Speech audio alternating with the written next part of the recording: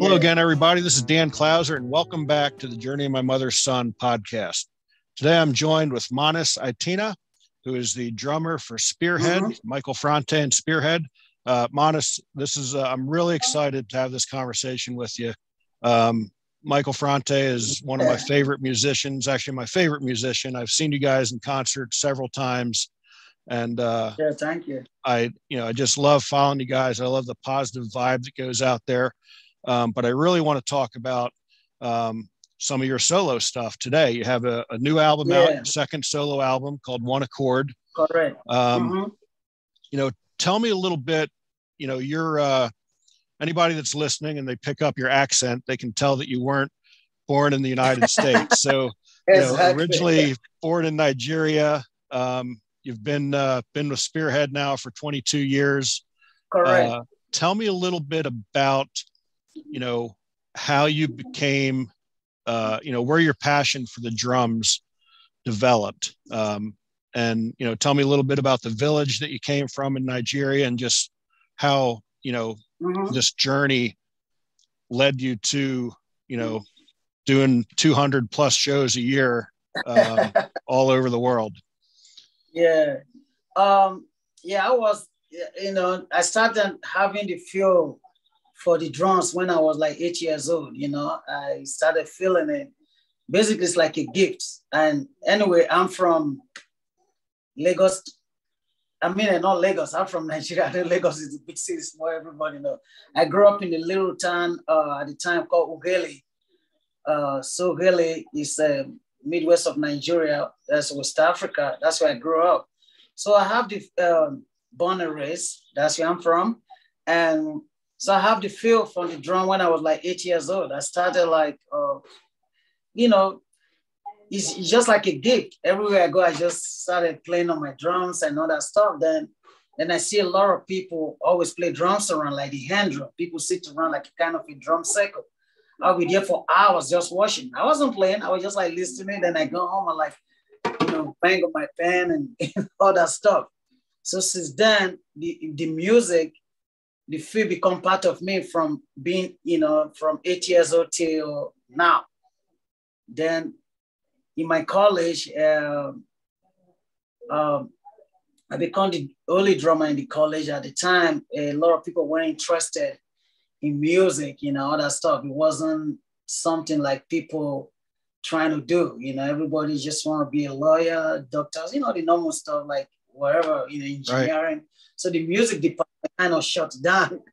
So when I left high school to college, then the music teacher came to my classroom and then he excused my teacher and it's like, I want to have a word with my teacher. At the time we were in session in classroom. So, they whisper something. They're like, is Manas here? I was scared to like raise my hand up. I'm like, what's going on? Am I in trouble? Right. I show up on time, did my homework. What is it?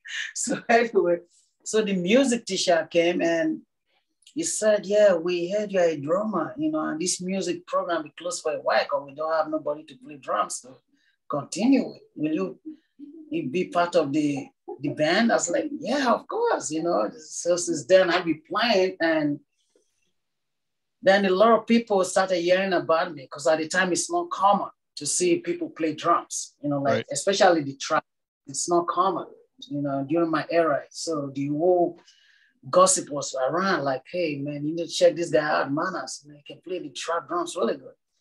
So one thing leads to another. I joined a reggae band. We become popular in Nigeria. And then since then, all over Nigeria, some part of Africa. Then we have a deal to come to America to do it. So that's why I got here. Wow. It's amazing that, just playing the drums can lead you on this journey. I mean, Did you ever think, that banging on the drum would take you to where it has today? When I have the vision, because I know, some people can do it, but I have the vision, like I can make this, I can really, because a lot of people didn't believe in me. They just think, drum is not a career. It's not taking you anywhere. Music is just for fun. So what do you want to do with your life? I said, I think I find it. I'm just gonna play the drums, you know. Right. Or that's all my interest is just music. I don't have anything else. I'm not interested in doing something else, you know. This is it. Yeah. So since then, you know, I've been doing it. So how big was the village that you came from in Nigeria? at the time it was like a little town, but now it grew. But it was small then. It was a little town. Then we have the real village, which is really village. You know, that was like small. You know, we didn't have. I don't think we have up to 1,000 people then. I don't know. You know, because it was like really small. Right. And there's no electricity, no running water then. No, you know, it's like all we have in the evening. People jam around, play drums, and tell stories, and so it become like a side, like part of me. You know what I mean? Yeah. Yeah. Yeah. That's awesome. So I want to talk a little bit about the new album, One Accord. Yeah. You know, tell me a little bit. I want to get in a little bit later about the single I want to talk about, but the album itself, One Accord. You know, you kind of developed it. You know, you took what was a difficult time for all of us during COVID to kind of, you know, dig into your creativity a little bit more and come up with this album. But you know, the title One Accord, I mean, where did that come from? The One Accord, it just come from like came from when you check out the situation that was going on during the COVID, during everything, like the unrest that was going on, you know, racial, the injustice and everything in America. And it was just, it's too hard, you know, because it's like everybody trying to be right, but nobody trying to find a solution. Right. You know, with the old vaccine, you vaccinated, you're not vaccinated, it become like creating chaos in among people. But we can all come together, just like sit on the table, trying to find a solution. What can we do as human? Yeah, if you don't want to take the vaccine, fine. You want to take it, fine. But now, how come you don't want to take it? What can we do? What kind of other alternative we can, you know, offer you so everybody can be safe instead of like criticism, you know, from both sides. So a lot of stuff was like, you know, it's just unrest situation. But if we all can like really get our head together, like, you know what, guys, we're on the same planet together. Yeah, we might be different, but we're all the same human race. You know, we can't escape that.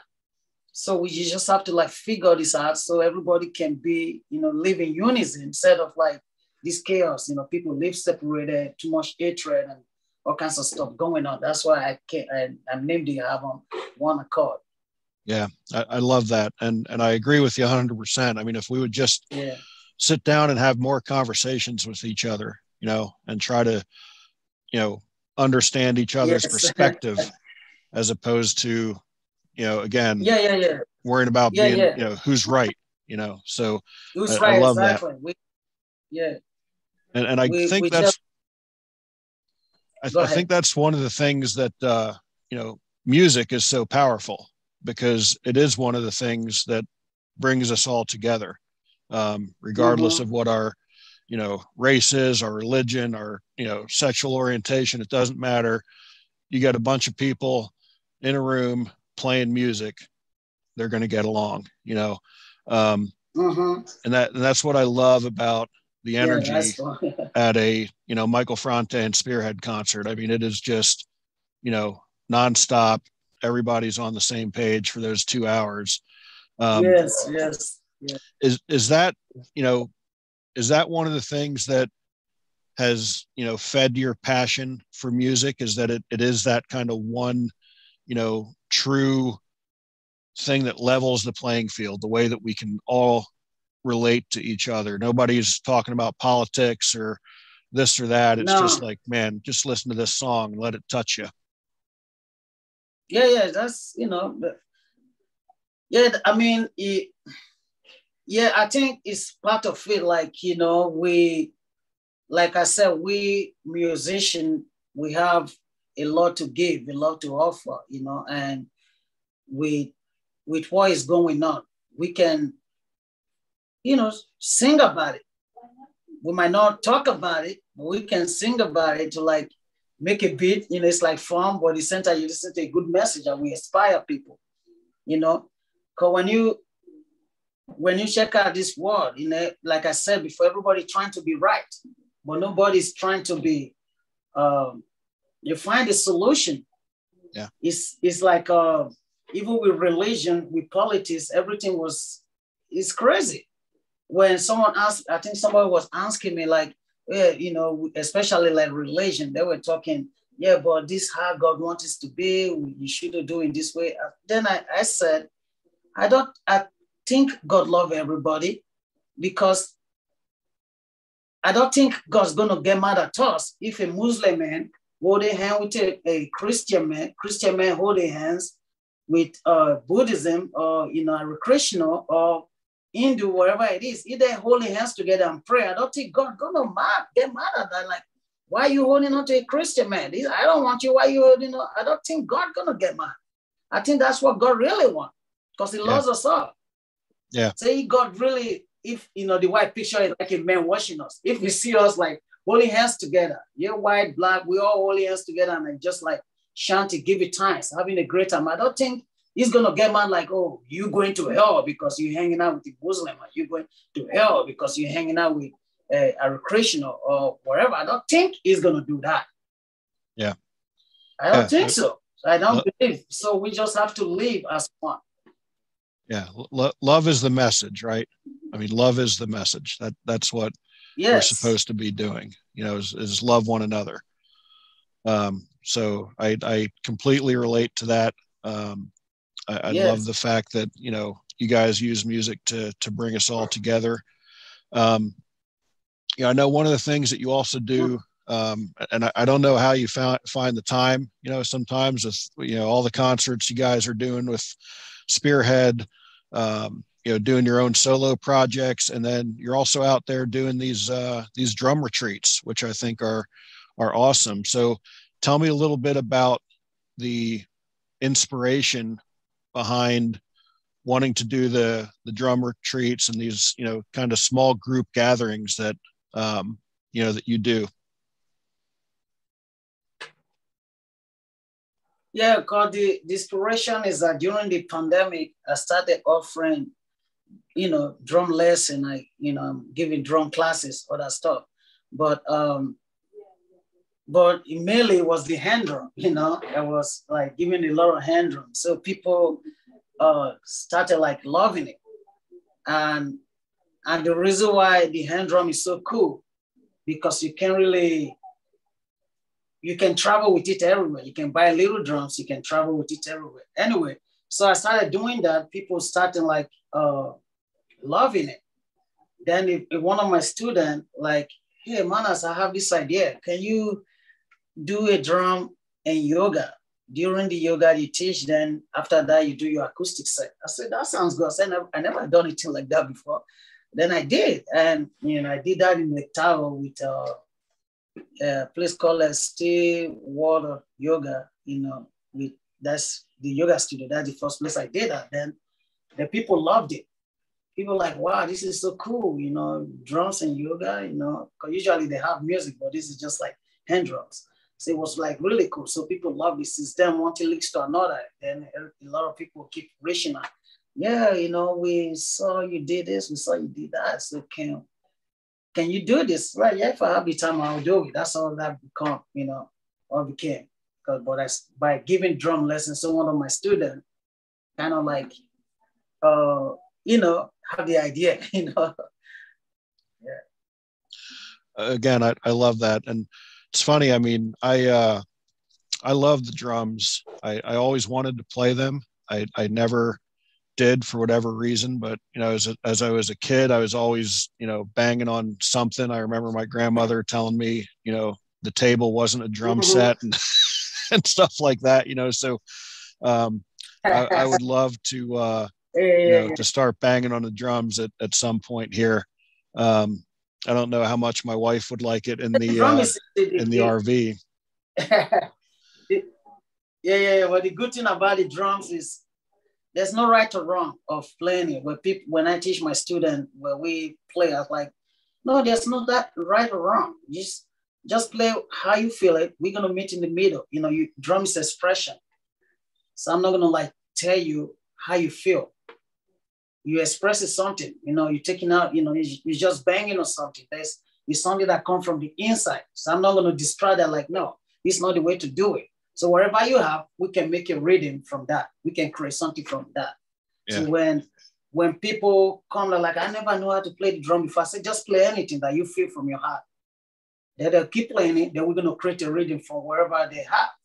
That's why I be teaching my students. Not like, oh yeah, you're doing it right way, wrong way. We're going to make a rhythm from that. Then we're going to perfect wherever you have it inside to make it make sense. You know what I mean? So other people can relate. Yeah. I love that. So you got a hand drum there with you now. What what type of drum is that? And do you mind? Oh, this is it's a djembe. Djembe like from West Africa. I mean, I have the drum right in front of me because I just did the class before the podcast. I did the Zoom class, so it's like I didn't have time to take it. They were like, "Well, let me jump on it." So yeah, it's a djembe. So it's a West Africa, drum. Like a lot of Senegalese have it. Nigeria and Ghana, in just a West African drum. But I think, that's what it is. Cool. Very cool. So I want to talk a little bit about the new single, Be Yourself. I love the song. I love the message behind the song. Can you tell me a little bit about the inspiration there? Oh, the inspiration there is, everybody's different. Everybody's different and everybody's important. Everybody's valuable in life. Just like the fingers we have. We have 5 fingers. They're not the same, but they're all valuable. You can't say this is too little, let me chop it off. It's not going to be the same. When you cut one finger out, like, because they're not even, you're going to find out like, I made a mistake. So like we human beings, we just need to like be proud of, who we are as a people, as a human being. Because a lot of people get distracted from being themselves because of like, oh, they saw this on MTV, they saw this. So they're not really focused on who they really are as a human being. You should be proud of who you are. It's not something you need to be ashamed of. You can be gay, short, black, tall, whatever it is. I don't think the God that created us made a mistake because he's a perfect God. He created us with his own image. So whatever he created is perfect. And that makes sense to me because that's who you are as a person. Don't let no one shame you. Don't let no one like, even like little stuff, who we wearing the clothes. Just little stuff. Little stuff is valuable. Like you feel like wearing today, oh, I just gonna wear my pink shoe. That's what you feel like. Go for it. That's who you are. That's how you feel it. You're not hurting no one. I'm gonna wear my pink shoe. I'm gonna try to wear it. People can laugh all they want, but you're not living your life for the people. You live your life for you. Yeah. Because at the end of the day, if you go to your grave, the same people, you're like, okay, you love him so much. Let's open the casket. Can we bury you together with this dude or wherever? Nobody's gonna do it. You're gone. So you just have to live. Be proud of who you are. Don't be ashamed. If you're gay, lesbian, wherever it is, that's who you are. That's who you are as a person. So that's what inspired me to write this song. Like when you check out the whole world, nobody's the same. Everybody's different. You have different nationality, different culture, different skin color, different height. But God created us and he have a reason for that. So we need to value, that. Yeah, I love that. And I think that's a great message. I think it's something that, in today's day and age of social media, it's something we need to you know, really buy into now. You know, I mean, we're always looking to try to impress someone else. Um, Exactly. Always looking to, you know, keep up with the Joneses, so to speak. Um, we really Mm-hmm. just need to, like you said, we just need to be ourselves. You'll We're be yourself. It's less headache. It's less stress. It's less everything. It's just to be original. You have to be yourself. Yep. Like be original. You just have to be yourself. This is who you are as a person. This is how Yeah. you feel. All comes to the kind of food we eat and the kind of music you listen to. Everything makes sense because like even music particularly, you can say we have reggae, jazz, country, folk music, blues, bluegrass. We have all the same music. So you have to find something that works for you. Don't be like, oh, I'm listening to bluegrass, people gonna laugh at me. No, I'm listening to reggae, they're not gonna dig it. No, there's a reason why we have different kind of music, but boys still bearing the same name. They still have the same name music, but just different name for it. They label it differently. But whatever that makes you feel good, listen to it. Criticism. So the same as human. Criticism as you being, original. That's who you are.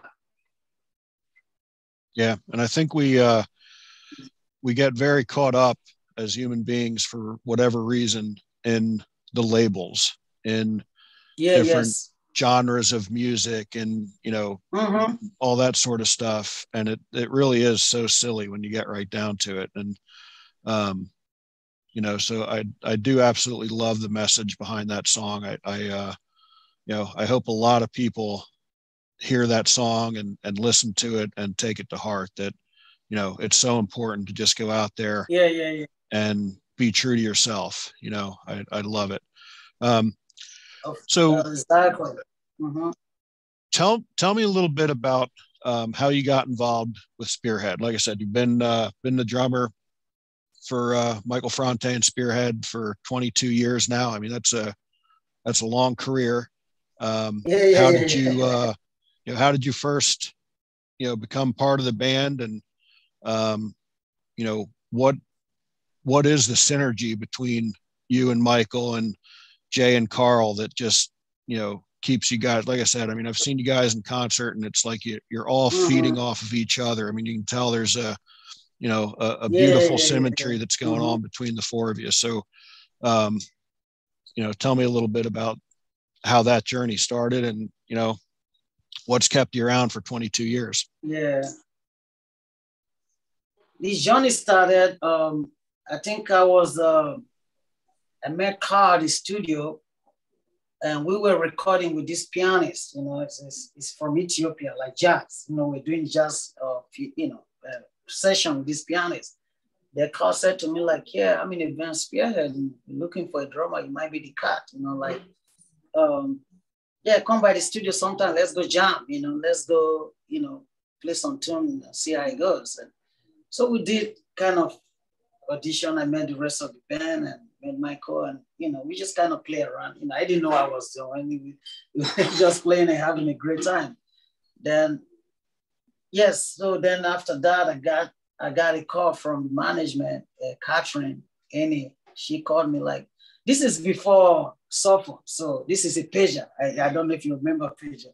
So I got this page. I have to go to payphone to call. Like, who is this? Like, oh, I'm Catherine for Spearhead. You went for the auditioning, wherever it is, everybody likes you, and can you be part of the organization? I said, sure. So since then it's been history. So what really brought us together, I don't think it's not more of my drumming. I just think it's the chemistry, that's what really brought us together. That's why we still, be jamming for 22 years later. I'm still here. It's just the chemistry, it's a vibe thing, So, music, anyone can do if you're professional, but not everyone can stay this long in a band.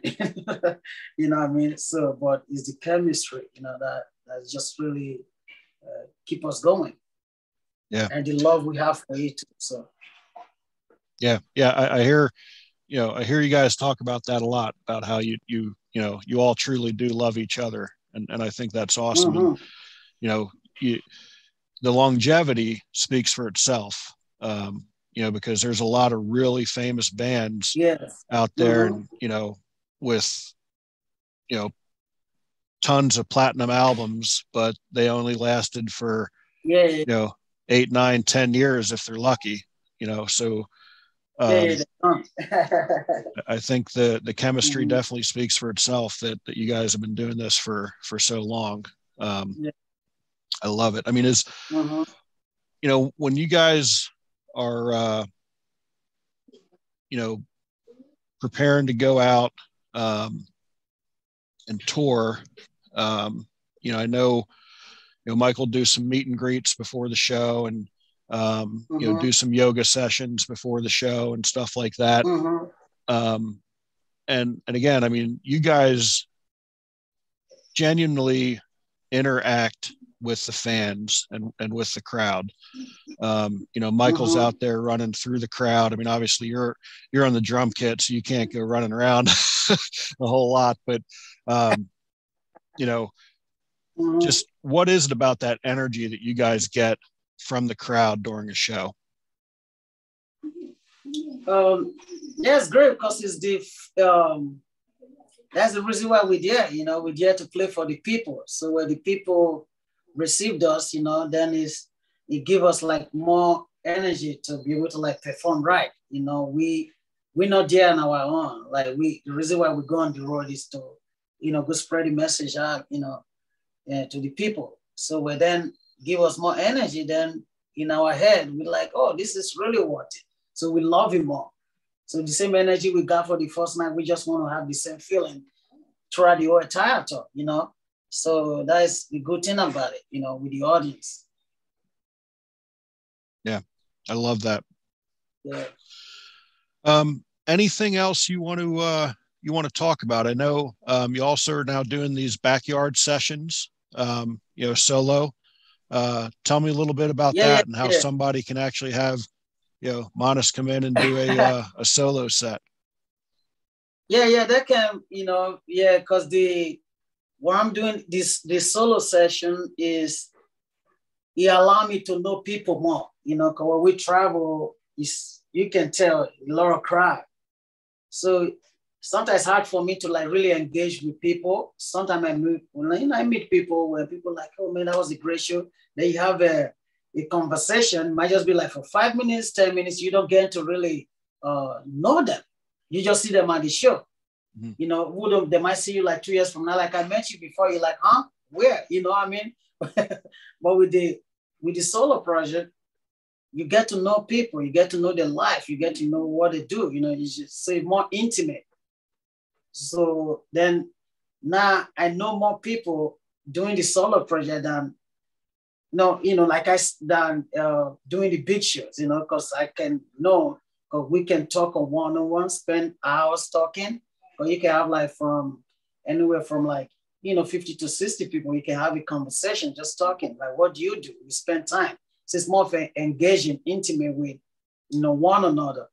So, and, that's what I'll be doing. Like when I'm not busy with the band, I just be doing, the intimate show. I do it in, people yard, their home, wherever it is, I do some in the club. So it's more intimate.